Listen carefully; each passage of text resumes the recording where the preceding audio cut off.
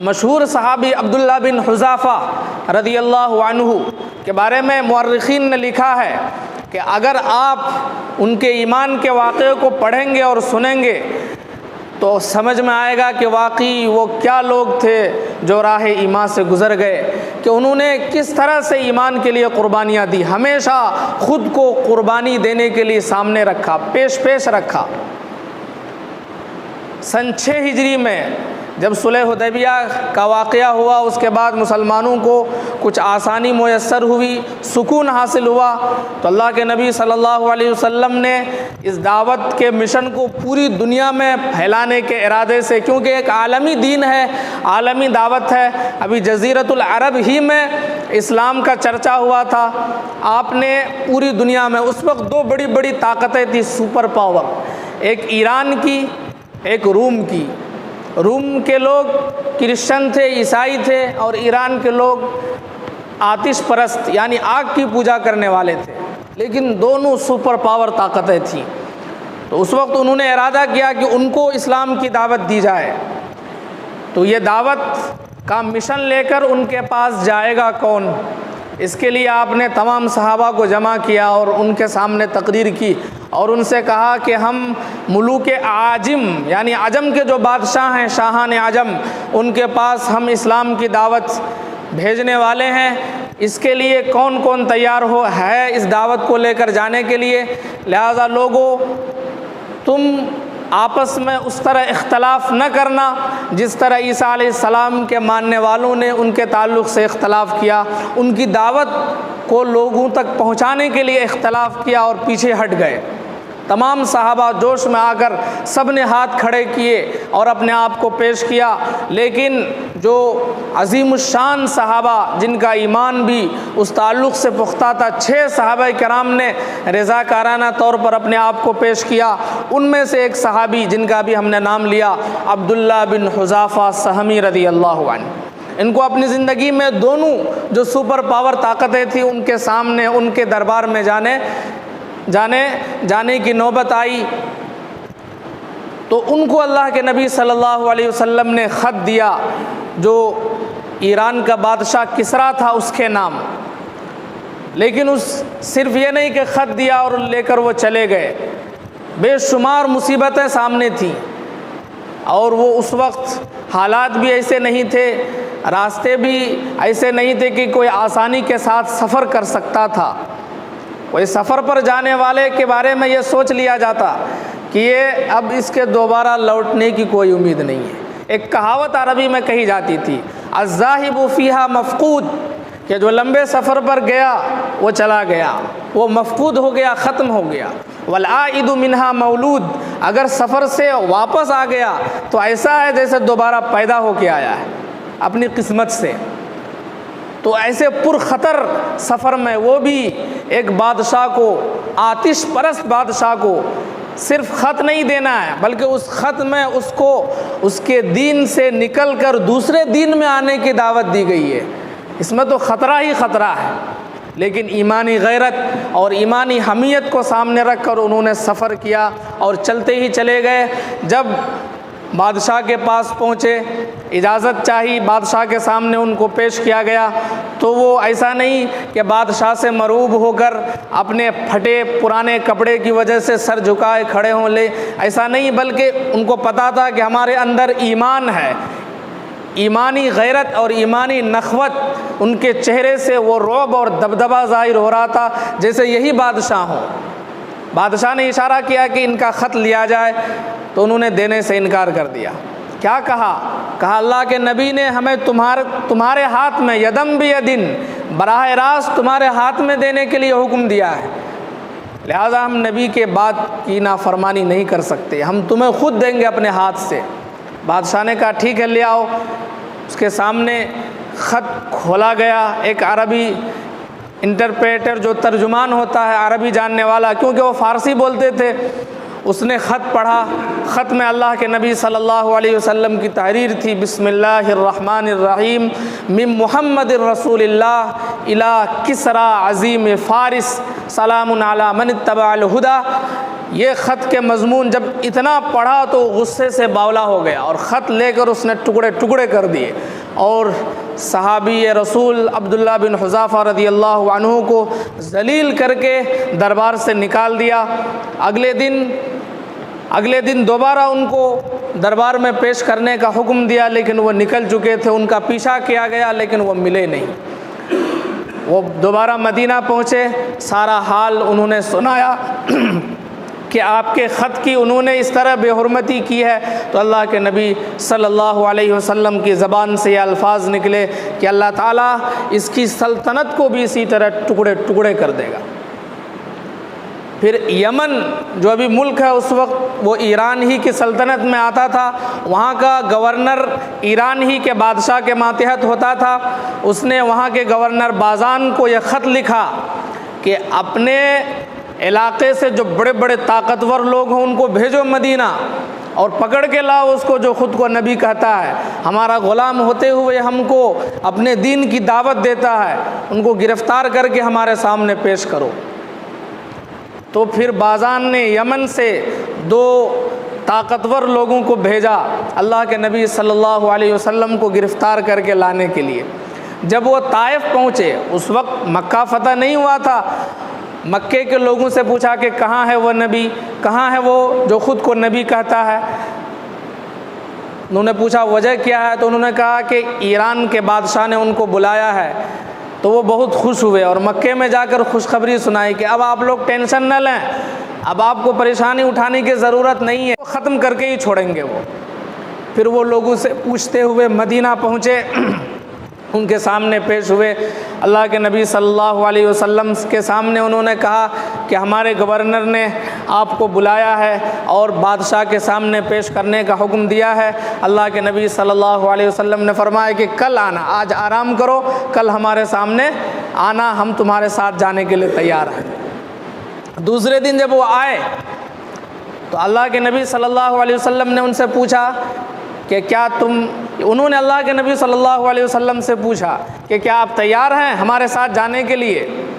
تو اللہ کے نبی صلی اللہ علیہ وسلم نے فرمایا کہ جس کسریٰ کے پاس تم جانے کے لیے ہمیں لے جانے کے لیے آئے ہو وہ ختم ہو چکا ہے، اس کو اس کے بیٹے نے شیروہ قتل کر دیا ہے، اب تم جاؤ گے تو اس کسریٰ کو نہیں پاؤ گے۔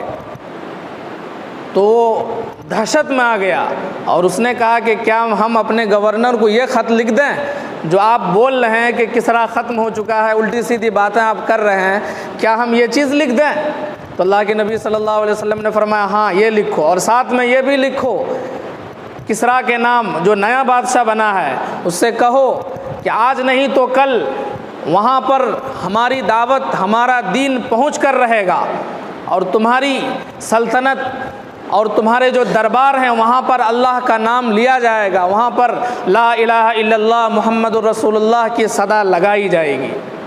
وہ وہاں سے نکلا، جب وہ یمن پہنچا، یمن میں وہ یہ ساری بات اس نے بتائی کہ جس کو گرفتار کرنے کے لیے آپ نے ہمیں بھیجا تھا، انہوں نے تو یہ بات کہی کہ کسریٰ قتل ہو گیا۔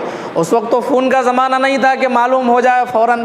پھر اس نے کہا، گورنر نے، بازان اس کا نام تھا، اس نے کہا کہ اگر واقعی ان کی بات سچی ہوئی تو یہ حقیقت میں اللہ کے نبی ہیں۔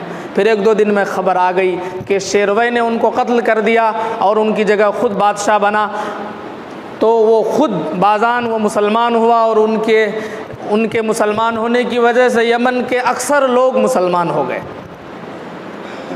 تو یہ سب سے پہلی دعوتی سرگرمی ان کی تھی، عبداللہ بن حذافہ رضی اللہ عنہ کی۔ پھر دوسری ملاقات، دوسرا سفر انہوں نے قیصر جو روم کے بادشاہ تھے وہاں پر ہوا۔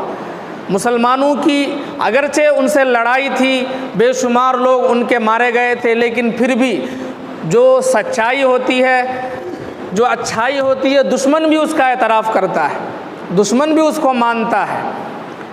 تو اگرچہ وہ دشمن تھا لیکن اس کو تلاش تھی کہ دیکھیں یہ مسلمان یہ کون سی بلا ہے کہ بغیر ہتھیار کے نہتے، جن کے پاس کوئی وسائل بھی نہیں، 4000-5000 کی تعداد میں ہماری لاکھوں کی فوج کو دھول چٹانے پر مجبور کر دیتا ہے۔ یہ آخر ان کے پاس ہے کیا، یہ کون سی مخلوق ہیں؟ اس لیے اس نے اعلان کرا دیا کہ جہاں بھی کوئی مسلمان تمہیں ملے ان کو پکڑ کر ہمارے سامنے لے آنا۔ حضرت عمر رضی اللہ عنہ کا زمانہ ہے، اس وقت ایران پورا مسلمانوں کے قبضے میں آ چکا ہے، روم کے اکثر حصے بھی مسلمانوں کے قبضے میں آ چکے ہیں۔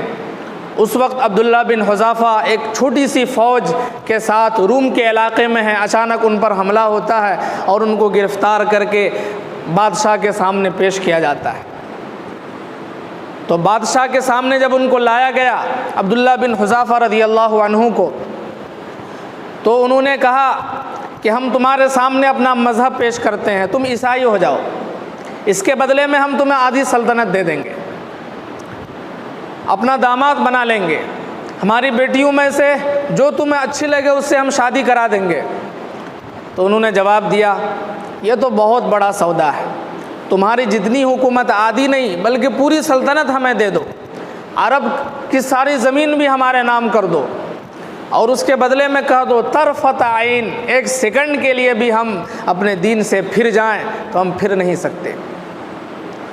تو انہوں نے دوسرا ہتھ کنڈا اپنایا، انہوں نے کہا ان کو باندھ کر ان کو دیوار پہ لٹکا دیا گیا، ہاتھ پیر، اور جلاد کو حکم دیا کہ ان کے ہاتھ کے پاس تیر چلایا جائے۔ اس نے تیر چلایا، اور اس وقت تیر چلاتے ہوئے بادشاہ اس کے سامنے کہا بتاؤ اب تم عیسائی ہوتے ہو یا نہیں؟ وہ انکار کرتے رہے، پھر کہا ان کے پیروں کے پاس چلاؤ، لیکن پھر بھی وہ انکار کرتے رہے، پھر اس ہتھ کنڈے میں بھی وہ ناکام ہو گئے۔ پھر تیسرا ہتھ کنڈا یہ اپنایا گیا کہ ایک کڑھائی میں، بڑی کڑھائی میں تیل گرم کیا گیا، اور ان کے جو اور ساتھی تھے ان کو بھی بلایا گیا۔ جب وہ تیل کھولنے لگا تو ان کے ایک ساتھی کو بلا کر ننگا کر کے اس تیل میں ڈال دیا۔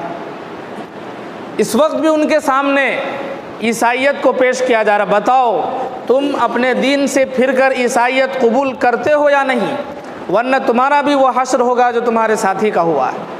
وہ انکار کرتے رہے۔ پھر دوسرے ساتھی کو بلایا، ان کو بھی اس تیل میں ڈال دیا گیا۔ جب ان کی ہڈیاں نظر آئیں، جب وہ بالکل مکمل طور پر کباب بن گئے تو ان کی آنکھوں سے آنسو جاری ہونے لگے۔ تو اب سمجھا کہ اب شاید ڈر گیا، اب شاید ہی ہماری بات مان لے۔ تو ان کو بلایا گیا، بتاؤ عیسائیت قبول کرتے ہو یا نہیں؟ تو انہوں نے کہا نہیں۔ تو وہ غصہ ہو کر کہنے لگا پھر روئے کیوں، تمہارے آنکھوں میں آنسو کیوں آ گئے؟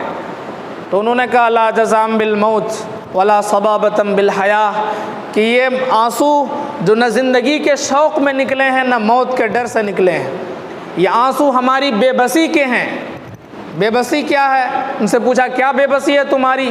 تو انہوں نے کہا کہ ہماری خواہش تھی، ہماری تو ایک جان ہے جو ابھی ختم ہو جائے گی، جل کر ختم ہو جائے گی، ہماری خواہش ہے کہ ہمارے جسم پر جتنے بال ہیں اتنی ہماری جان ہوتی، اور وہ سب اسی طرح ہم اللہ کے راہ میں قربان کرتے، لیکن ہماری بے بسی ہے، ہمارے پاس ایک ہی جان ہے۔ بادشاہ بھی حیران آ گیا کہ کون سی مخلوق ہے، ساتھی کو جلا دیا گیا، اس کا نمبر ہے، موت سامنے ہے، لیکن پھر بھی اور کتنی موت کی یہ خواہش کر رہا ہے۔ اس نے بھی سمجھ لیا کہ نہیں، ضرور یہ اللہ کی طرف سے اس کو پاور ملا ہوا ہے، یہ اس دین کو اختیار کرنے والا ہے جو اس دنیا کا نہیں ہے بلکہ اللہ کی طرف سے دیا ہوا ہے، یہ اس رسول کو ماننے والا، اس رسول کا غلام ہے جو واقعی رسول ہے۔ اس نے کہا تم بہت بڑے انسان ہو، جینیس ہو، آؤ ہمارے سامنے، اگر اجازت ہو تو ہم تمہاری پیشانی کو بوسا دیں، اگر تمہیں بادشاہ نے کہا تم اجازت دیتے ہو تو ہم تمہاری پیشانی کو، ماتھے کو چومیں۔ تو انہوں نے انکار کر دیا، انہوں نے کہا کہ اگر ہم اجازت دیں تو کیا ہمیں چھوڑ دو گے؟ انہوں نے کہا تمہیں چھوڑ دیں گے۔ پھر بھی ان کا دل نہیں مانا، کہا کیا ہمارے ساتھیوں کو چھوڑ دو گے؟ تو بادشاہ نے کہا تمہارے ساتھیوں کو بھی چھوڑ دیں گے۔ تب انہوں نے کہا اس میں کوئی حرج نہیں ہے، پھر وہ اس کے سامنے گئے، بادشاہ نے ان کی پیشانی کو چوما اور رہا کر دیا۔ وہ تمام ساتھیوں کو لے کر سیدنا عمر رضی اللہ عنہ کی خدمت میں آئے، سارا واقعہ سنایا۔ حضرت عمر رضی اللہ عنہ آگے بڑھے اور انہوں نے کہا حق علی کل مسلم ان یقبل رأس عبداللہ ابن حذافہ، جتنے مسلمان یہاں بیٹھے ہو ہر مسلمان کی ذمہ داری ہے کہ عبداللہ بن حذافہ کے سر کو چومے، ان کے ماتھے کو جا کر بوسا دے۔ وانا ابدأ بذالک، اور اس کی شروعات میں کرتا ہوں۔ وہ آگے بڑھے اور انہوں نے ان کے پیشانی کو جا کر بوسا دیا۔ تو اس طرح کی ایک دو نہیں بے شمار مثالیں ہمارے سامنے موجود ہیں جنہوں نے اس دین کے خاطر قربانیاں پیش کی ہیں، اگر ان کو بیان کیا جائے تو بیان نہیں کیا جا سکتا۔ اس لیے میرے بھائیوں، ہمیشہ ہمارے ذہن میں رہے کہ یہ وہ حضرات ہیں جن کا سامنا ہمیں کرنا ہے۔ اگر انہوں نے ہم سے پوچھ لیا کہ ہم نے تو دین کے لیے اتنی قربانیاں دیں کہ اپنی کوئی خواہش کو خواہش ہی نہیں سمجھا، تم نے اس دین کی خاطر کیا کیا، تم نے اس کے لیے کیا قربانیاں دیں، تو ہم کیا جواب دیں گے؟ اس لیے کوشش کریں کہ صحابہ کرام رضی اللہ عنہم اجمعین کی غلامی ہمیں نصیب ہو، اور ان کی طرح ایمان ہمارا بھی اللہ رب العزت بنا دے، ان کی طرح جو شکل و صورت، جو شباہت، جو قربانیاں انہوں نے اپنائیں وہ ہمیں بھی اپنانے کی توفیق نصیب فرمائے۔ کوشش کرنا ہمارا کام ہے، اگر ہم کوشش کریں گے، اگر ہم اس مقام تک پہنچ نہیں سکے، صحابیت کے مقام تک تو ہم پہنچ نہیں سکتے، لیکن اعمال میں ہم برابری کر سکتے ہیں۔ دنیا میں کوئی اللہ نہیں بن سکتا، نبی نہیں بن سکتا، اس کے علاوہ کسی بھی مقام تک پہنچ سکتا ہے۔ انسان کے سامنے قیامت تک کے لیے نبوت کا دروازہ بند کر دیا گیا، لیکن ولایت کا دروازہ، کہ آج بھی اللہ کا ولی، اللہ کا مقرب بندہ، اللہ کا خاص اخص الخاص بندہ اپنے اعمال سے پیدا ہو سکتا ہے، بن سکتا ہے۔ وَلَيْسَ لِلْإِنسَانِ إِلَّا مَا سَعَىٰ، لیکن کوشش ہونی چاہیے، نیت ہونی چاہیے، ہمارے اعمال ویسے ہونے چاہیے، اور قربانی کا جذبہ ویسا ہونا چاہیے۔ ہمارے لیے سارے دروازے کھلے ہوئے ہیں، اللہ رب العزت نے دروازے بند نہیں کیے۔ ہاں، جو فضیلت ان کی ہے صحابیت کی کہ انہوں نے نبی کو دیکھا، یہ شرف اور یہ فضیلت ہمیں نہیں مل سکتی، ورنہ ان کے علاوہ جتنی بھی فضیلتیں ہیں، جتنے اعمال ہیں، جتنی قربانیاں ہیں، ان قربانیوں کے مرحلوں تک ہم بڑی آسانی کے ساتھ پہنچ سکتے ہیں۔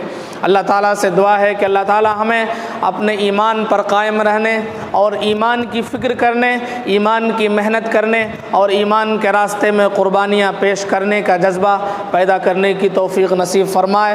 صحابہ کرام کے نقش قدم پر چلنے اور ان کے رنگ میں اپنے آپ کو رنگنے اور ان کے سانچے میں اپنے ایمان کو ڈھالنے کی توفیق نصیب فرمائے۔